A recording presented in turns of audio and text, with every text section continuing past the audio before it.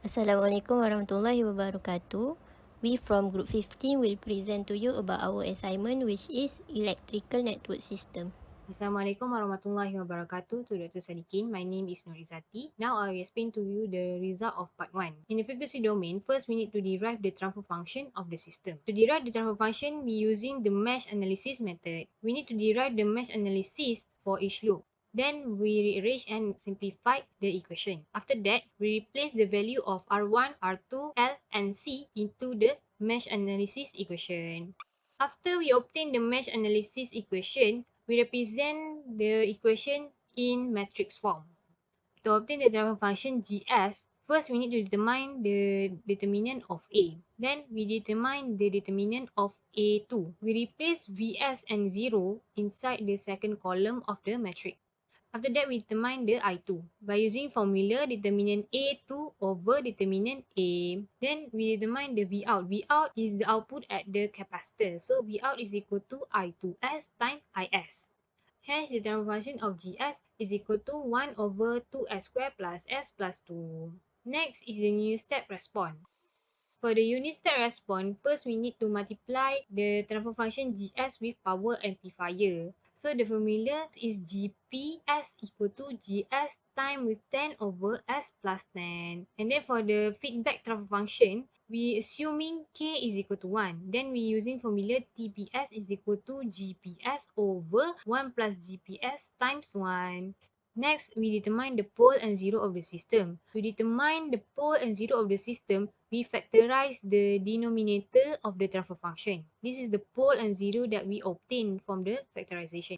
For the next part is state space representation. First, we apply the cross multiplying on the transfer function. And then, we apply the inverse Laplace transform equation by assuming zero initial condition. Finally, we represent the state space equation in the vector matrix form. Now, I explain to you the simulation for part 1. This is the MATLAB coding that we use to plot the unit step response of the closed loop system. This is the unit step response of the open loop system. This is the unit step response for the closed loop system. The percent of version is slightly higher than the open loop system. Next, we determine the zero and pole by using MATLAB. This is the MATLAB coding that we use to determine the zero and pole of the system. This is the pole and zero map. From the map, we can find out the pole and the zero of the system. Next, we determine the transfer function to state space by using MATLAB. This is the coding that we use to transform transfer function to state space. On the command window, it shows the state space representation of the system. Matrix B and C is different from the calculation, while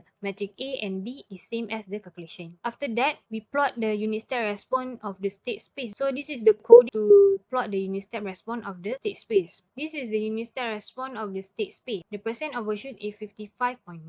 The settling time is 16.5 seconds and the steady state is 0.333.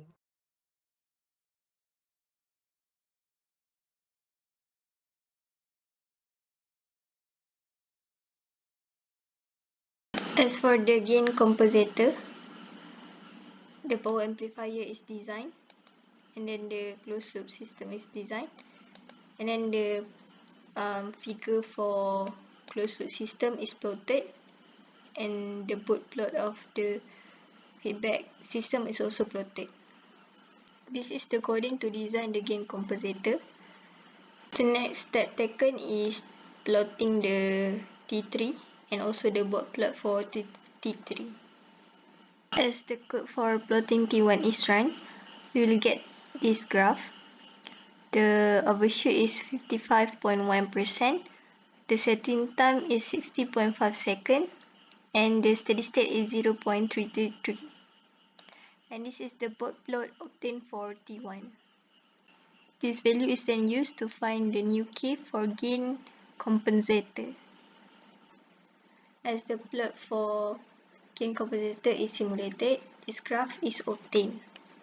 The overshoot is 53%, the settling time is 60.9 seconds, and the steady state value is 0.278. This is the board plot for the gain compensator.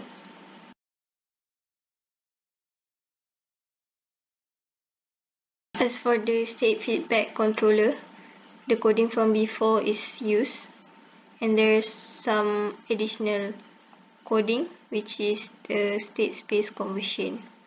and also a coding where we can type our desired settling time and also the overshoot.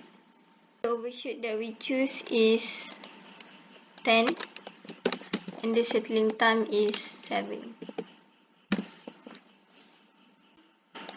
So this is the graph obtained for the gain feedback controller. The overshoot is 9.98%, which is decreasing, and then the settling time is 5.6 seconds, and we have steady state value at 0.0188.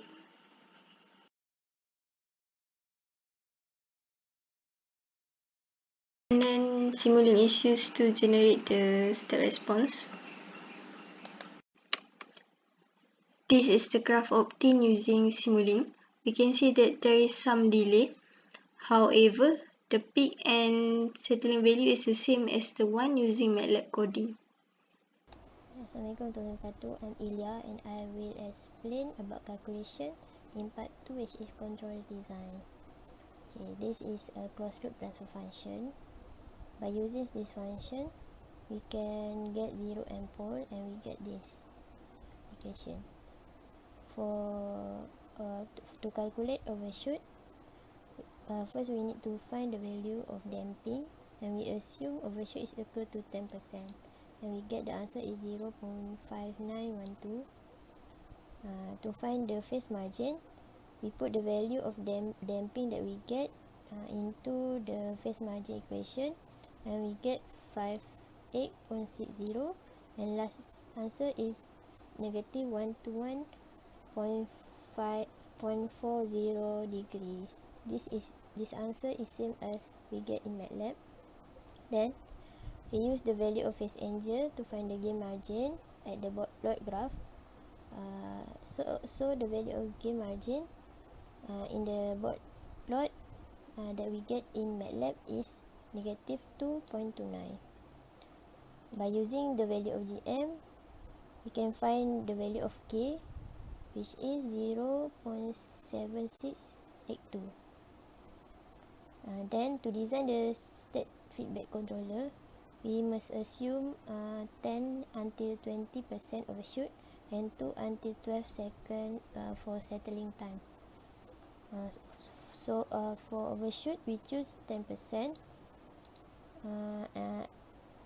As usual, we need to find the value of damping, and for settling time, we choose 7 seconds. And we need to find the value of settle time, which is 0.9666, and by using the value of damping and the settling time, we can find the second step polynomial.